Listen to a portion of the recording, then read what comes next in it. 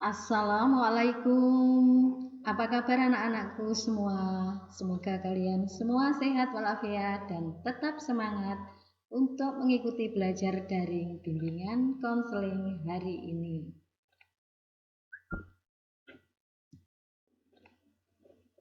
Anak-anak, jangan lupa sering cuci tangan dan selalu di rumah saja. Anak-anakku, sebelum belajar, kita awali dulu dengan berdoa. Marilah kita berdoa sama-sama. Berdoa mulai. Terima kasih anak-anak, jangan lupa presensi.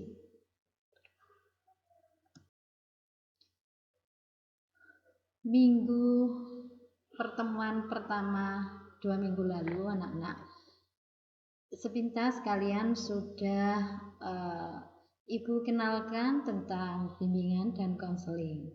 Nah, untuk mereview kembali ingatan kalian, apa yang kamu ketahui tentang bimbingan dan konseling? Coba. Ya, bimbingan konseling itu bukan mata pelajaran, bukan muatan lokal, dan juga bukan ekstrakurikuler. Lalu apa yang disebut dengan bimbingan dan konseling? Coba diingat-ingat anak-anak. Nah, bimbingan dan konseling yaitu pelayanan bantuan kepada peserta didik, baik secara perorangan maupun kelompok, agar mampu mandiri dan berkembang secara optimal. Adapun bidang pelayanannya terdiri dari, masih ingat? Ya, ada 4 layanan. Yang pertama, layanan pribadi, sosial, belajar, dan karir. Kalian pasti belum paham apa itu layanan pribadi, apa itu sosial, belajar, karir. Nah, di sini Ibu menjelaskan layanan bimbingan pribadi adalah membimbing siswa yang terkait dengan pengembangan fisik dan psikis diri peserta didik. Untuk bimbingan sosial, membimbing siswa yang terkait dengan hubungan dengan orang lain, bisa orang tua, bisa guru, dan juga teman-teman kalian atau saudara. Untuk bimbingan belajar, yaitu membantu siswa yang terkait dengan cara belajarnya, cara mencatat, waktu belajar, dan lain-lainnya. Untuk layanan bimbingan karir, yaitu membantu siswa dalam memahami dan menilai informasi serta memilih dan mengambil sebuah keputusan karir. Apa itu anak-anak karir? Karir itu adalah apa? Pekerjaan. Jadi nanti kalau kalian sudah memilih pekerjaan. Oke. Anak-anak, masih ingatkah kalian pertemuan yang pertama bahwa Ibu sampaikan bimbingan konseling memiliki beberapa fungsi. Nah, sekarang bisa kalian pahami di sini, yaitu yang pertama, fungsi pemahaman. Apa itu pemahaman?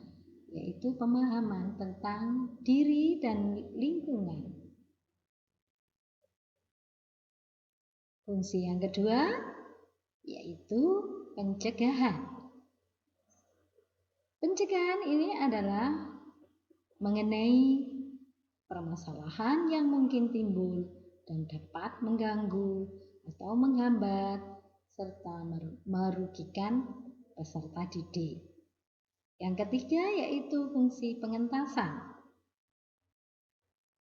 Fungsi pengentasan ini dapat diatasinya permasalahan yang dihadapi oleh peserta didik. Yang keempat, fungsi pemeliharaan dan pengembangan. Fungsi ini yaitu mengenai potensi. Potensi itu apa? Potensi itu adalah kemampuan yang kalian miliki, anak-anak. Ya, potensi dan kondisi positif peserta didik secara berkelanjutan. Fungsi yang kelima yaitu advokasi. Apa itu advokasi? Ya, advokasi yaitu memberikan pembelaan terhadap hak-hak atau kepentingan siswa yang kurang mendapat perhatian. Oke anak-anak, bimbingan konseling selain memiliki fungsi juga ada beberapa jenis layanannya. Ada 8 di sini layanan. Yang pertama, orientasi. 2, informasi. Yang ketiga, layanan penempatan dan penyaluran. Yang keempat, penguasaan konten. Yang kelima, konseling perorangan. Yang keenam, layanan bimbingan kelompok. Yang ketujuh ada layanan konseling kelompok. Dan yang kedelapan, layanan mediasi. Anak-anak, bisa Ibu jelaskan di sini mengenai layanan yang 8 tadi, yaitu mengenai layanan orientasi yang pertama. Apa itu orientasi? Orientasi itu layanan untuk membantu siswa mengenal lingkungan yang baru. Nah, apalagi kalian ini adalah kelas 7, masih asing di SMP, ya. Oke. Yang kedua, mengenai layanan informasi. Apa itu layanan informasi?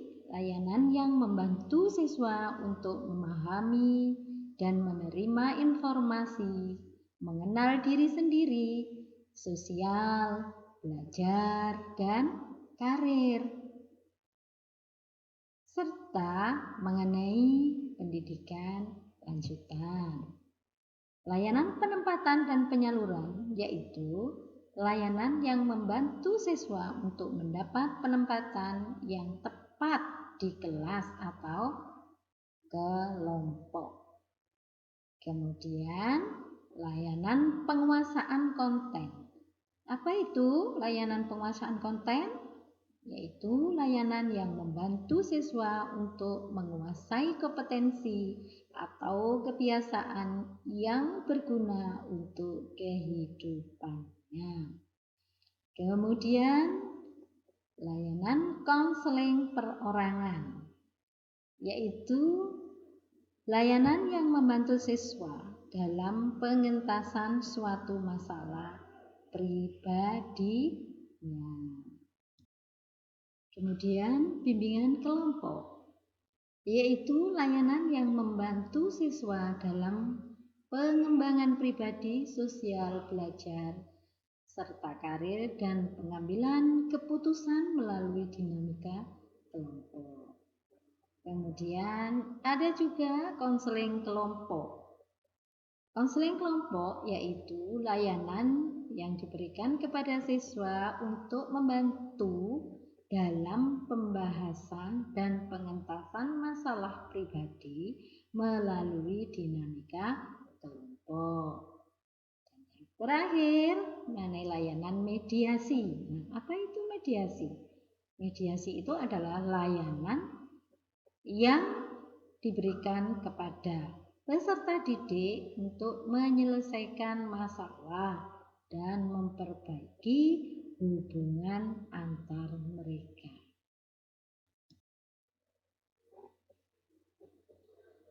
Anak-anak, demikian kegiatan layanan BK hari ini. Semoga kalian semua bisa memahami tentang apa itu bimbingan dan konseling. Namun, sebelum kegiatan pagi ini saya tutup, silakan kalian mengisi asesmen pada Google Form yang Ibu kirim setelah ini. Oke?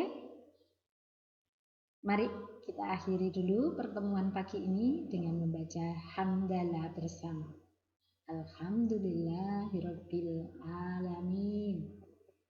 Jangan lupa anak-anak jika keluar rumah menggunakan masker dan sering cuci tangan. Terima kasih anak-anak, sampai jumpa.